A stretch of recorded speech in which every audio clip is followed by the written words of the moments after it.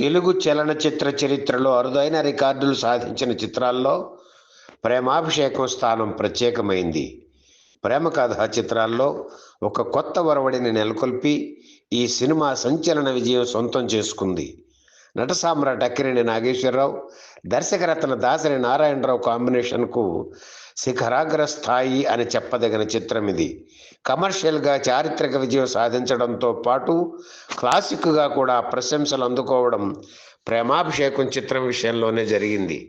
ఈ సినిమాలో అక్కినేని అభినయ వైభవం ఓ చరిత్రగా నిలిచింది.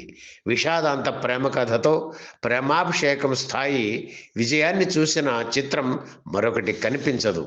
18 ఏళ్ల వయసున్న శ్రీదేవితో ఆమె కంటే దాదాపు 40 ఏళ్ల పెద్దవాడైన అక్కినేని పాటలు పాడుతూ స్టెప్స్ వేయడం, రొమాంటిక్ సీన్లలో పాల్గొనడం ప్రేమాభిషేకం సినిమాకే హైలైట్.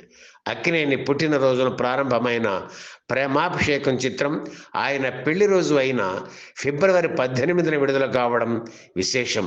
37 కేంద్రాల్లో విడుదలైన ప్రేమాభిషేకం 30 కేంద్రాల్లో 100 రోజులు పూర్తి చేసుకుంది. ఒక్క ఆదోని తప్ప మిగిలిన 29 కేంద్రాల్లో 25 వారాలు ఆడింది. 21 కేంద్రాల్లో 200 రోజులు, 6 కేంద్రాల్లో 300 రోజులు, 3 కేంద్రాల్లో 500 రోజులు, మరో 3 కేంద్రాల్లో 75 వారాలు వాడి సంచలన విజయం సొంతం చేసుకుంది.